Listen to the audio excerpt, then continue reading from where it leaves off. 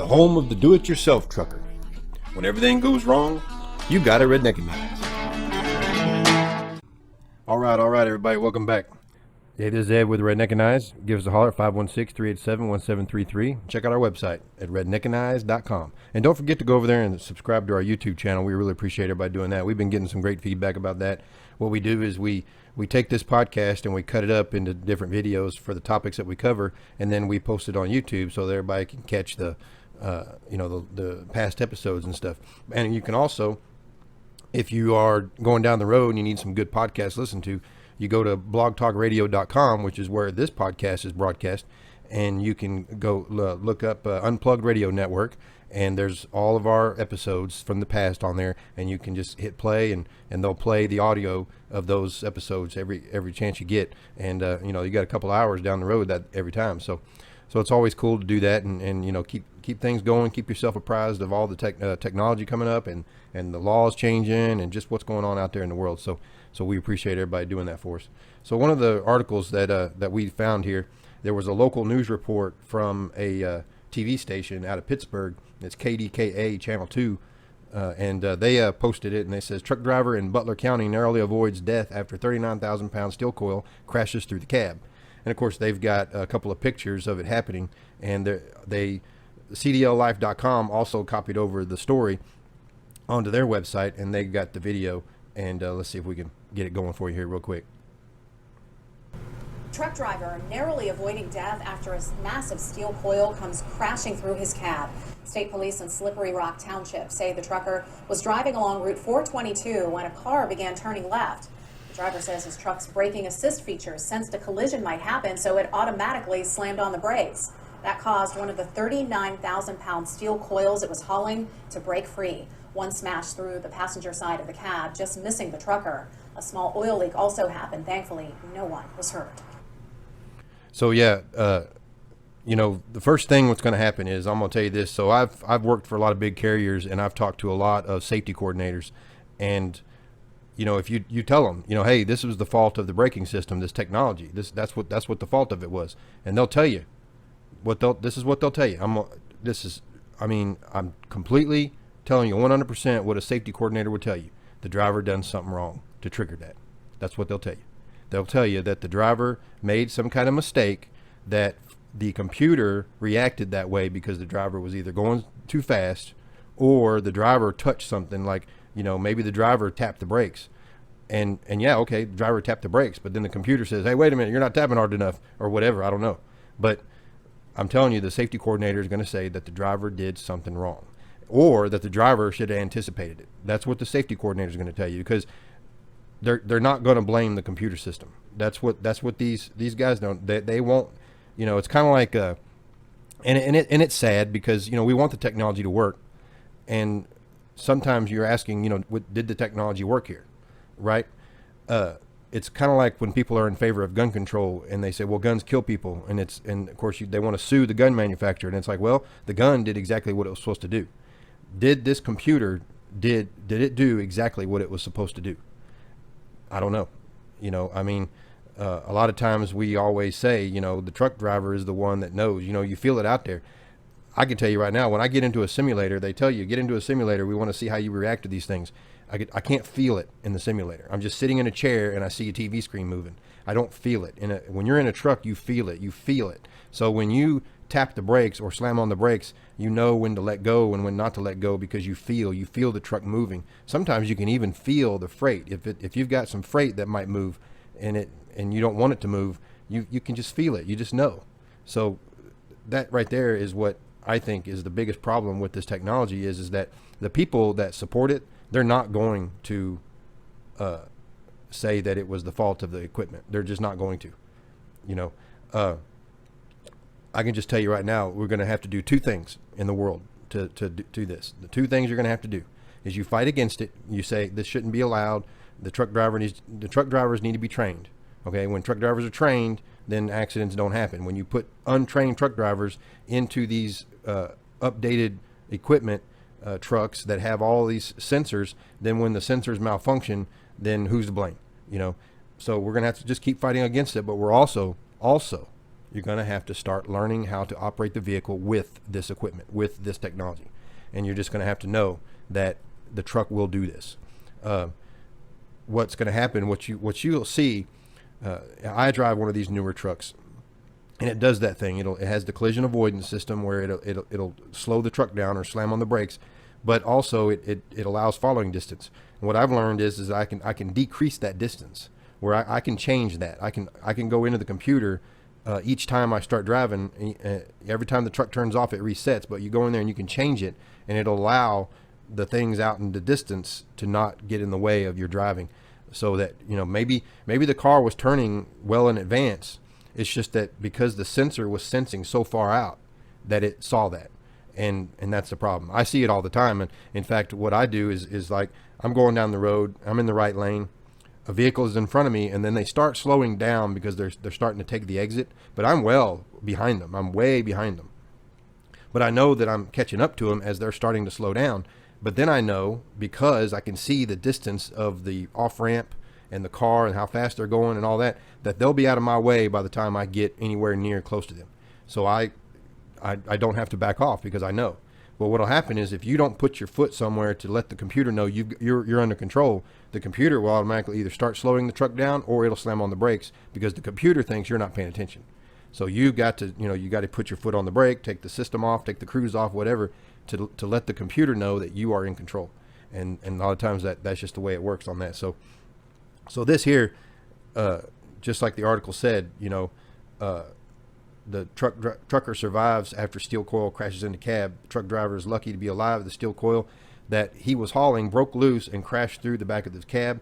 The incident happened on Slippery Rock Township, Pennsylvania, according to an April 7th report from the local news KDKA. The truck driver was hauling steel coils on Route 422.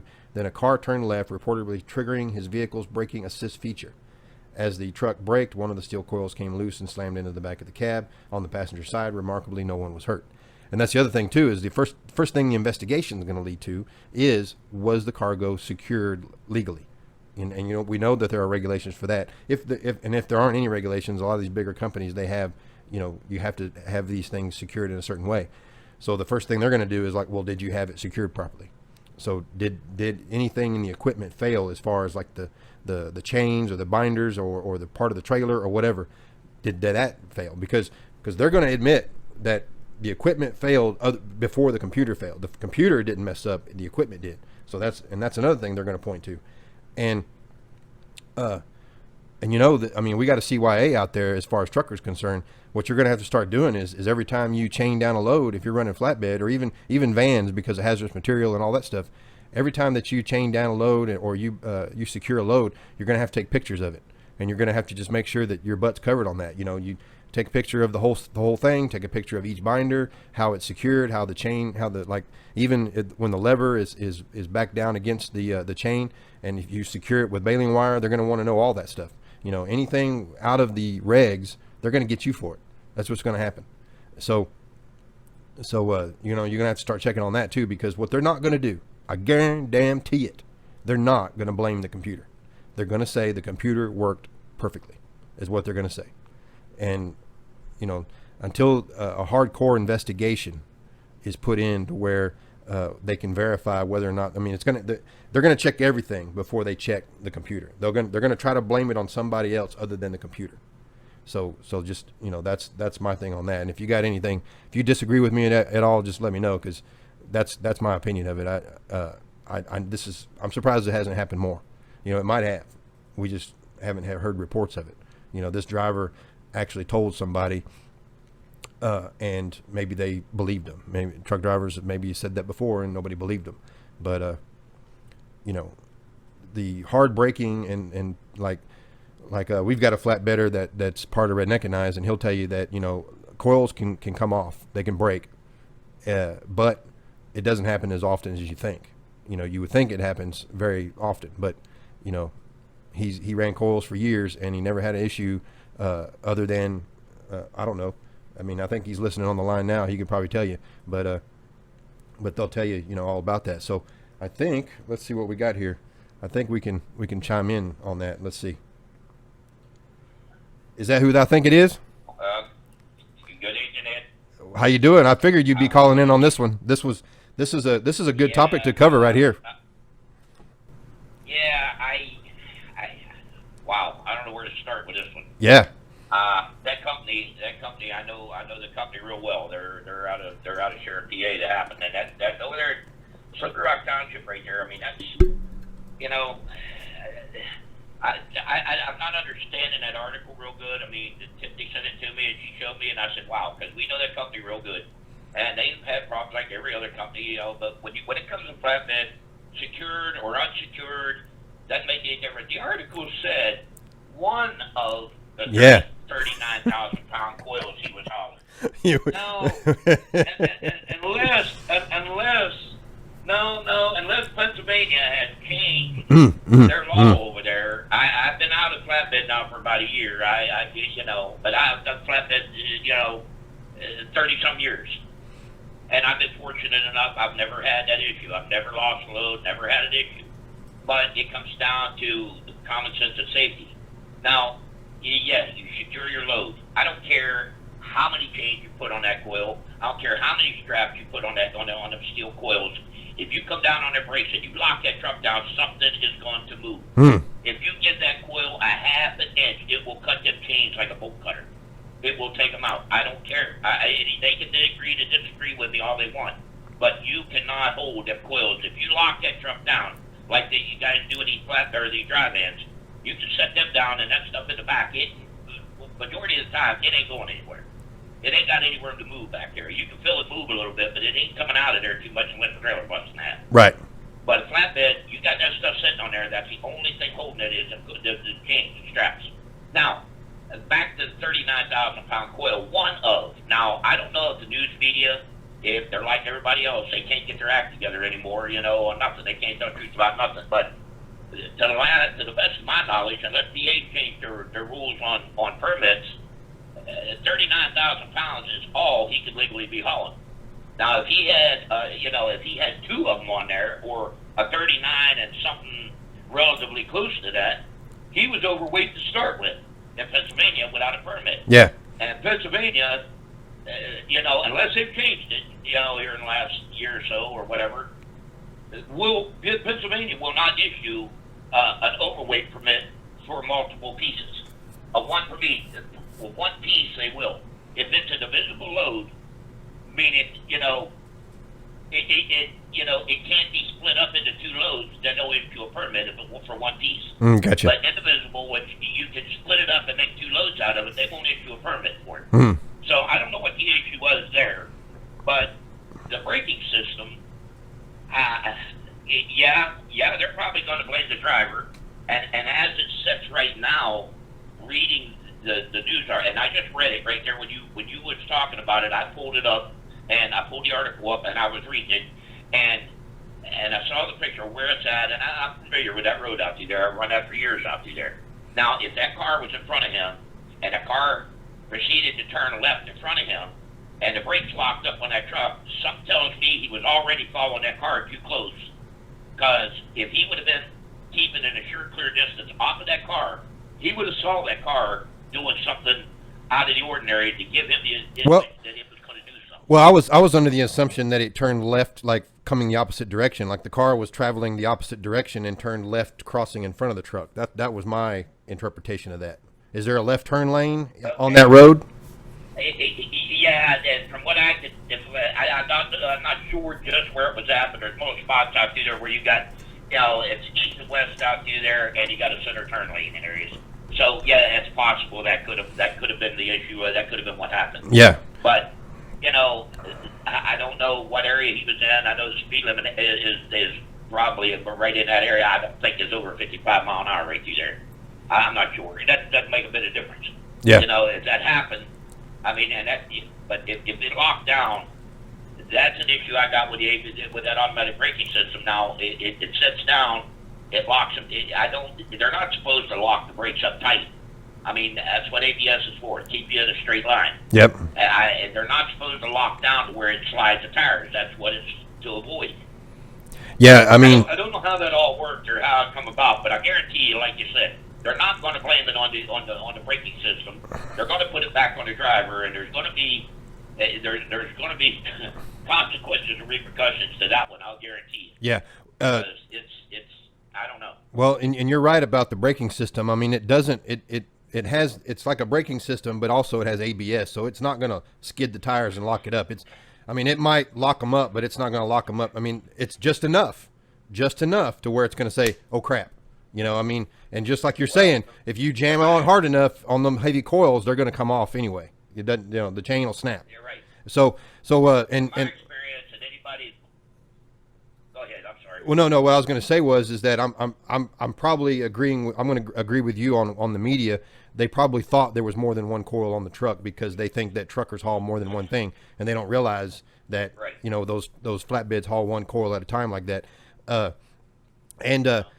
what I was going to say about the braking system is that it locks it up pretty tight, and like you're saying, it can snap. But and just like you're saying, I mean, like I said, they're going to start with the driver. What was the driver doing? What was he doing inside the truck and all that? And then they're going to blame the equipment. They're going to look at the chains. They're going to look at the trailer. You know, hey, you know those rub rails or whatever the chain was chained to could have snapped for all we know, because like you're saying, you hit it hard enough, something's going to break. You know, so yeah. Well, anybody that's been driving flatbed or pulling heavy loads, whether it's a dump bucket, an RGM, a flatbed, anything that carries a lot of weight. Now, if you was right up, when you get up into the mid high 70s, 80s, right around your 80,000 gross, it's damn near next to impossible to slide the tires on a truck by hitting the brakes. Right. I mean, they will on dry pavement. It is hard to lock the trailer tires up, or truck, trailer, anything, and skid that truck with that much weight on there. I mean, the brakes they're strong to stop it, but they're not strong enough, for the most part, to actually slide all the tires. So I don't know how it all come apart. 39,000. He was all right. That truck's probably. Oh, he was probably a lightweight. He's probably lightweight right around 30,000, give or take. I'm just guessing, right around there. So that 40,000 pound coil should have put him right at about 72,000 maybe. All right, gross. Gotcha. So he was legal on his weight if he only had the one coil. But when you set that down, like I said, you come down on that brakes hard. I don't care. You can change. You can have. Chains are only as good as the way they're put on. And if you look at the way the guys do it, I see them every day. They'll put the chains on there, and they stretch the chains out as far as they'll go, and they tighten them down. They might have 5 or 6 chains to it. 3 of them is pulled right down through the center of the coil down to the trailer, and the other 2 or 3 may be stretched out. They might be 5 foot to the back and to the front. Them long chains, when you stretch the chain out, the farther you stretch it out, the weaker it gets. The shorter that chain is, the stronger it is. I mean, that's just a given. Anytime you stretch a chain out that long, you're weakening that chain. Right? So that chain's not doing what it should if you got it up. I was always taught you keep that chain as close to that coil as you can, and tighten it down. There's no point. I see guys with pipes, with a piece of pipe on a binder, on a ratchet binder even. I've seen them do it. Tightening that trailer, tightening them chains, until they actually start bending the trailer up around the coil. I mean, you can see a bow in the trailer, it's bending the side, pulling the sides of the trailer up, and it's uncalled for. All you're doing is destroying equipment, because it don't matter how tight you tighten them chains. You can only go so tight, and it's not going to hold but so much. And now when you start over tightening them chains, you're already putting a load on that chain to start with. And then when that coil does move a little bit, if it moves, now you got a bigger problem. Because now but it's going to move. If you give that coil, if that coil moves, it's coming out of there. Now that one looked like was loaded eye to the side, which is also, we call it suicide. The guys have done it, suicide coil, when they're loaded, eye to the side like that. Right. There's a reason they call it suicide. I'm more comfortable hauling them like that than I am, eye forward or shotgun. I heard you always say you didn't like shotgun.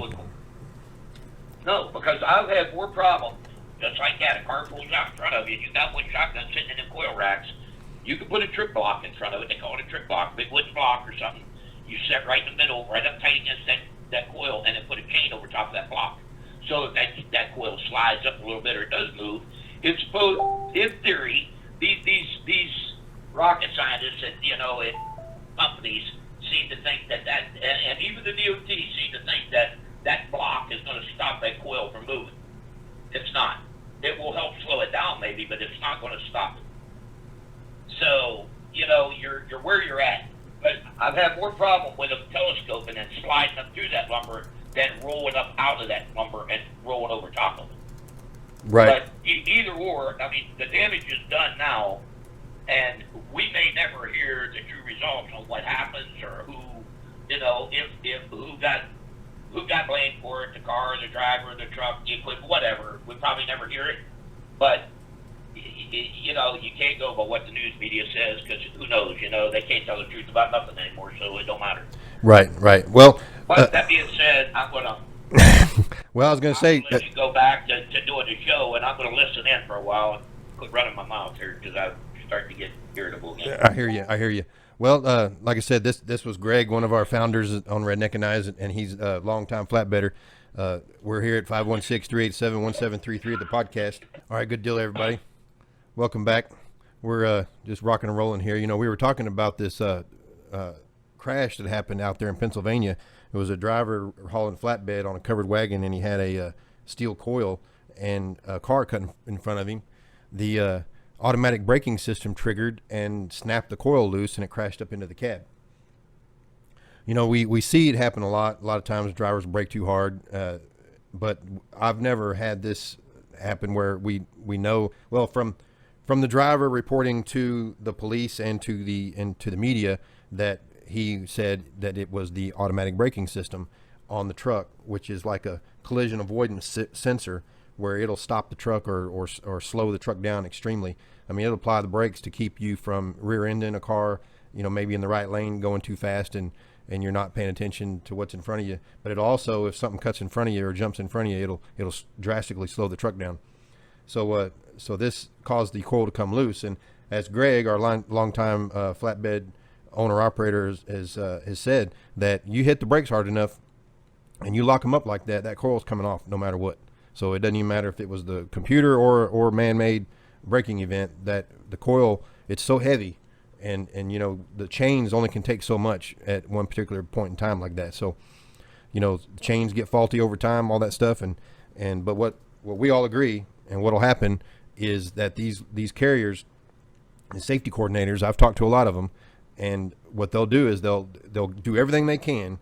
They'll investigate every other aspect other than the computer. The computer system or the technology of the truck will be the last thing that they investigate. There won't be any other thing.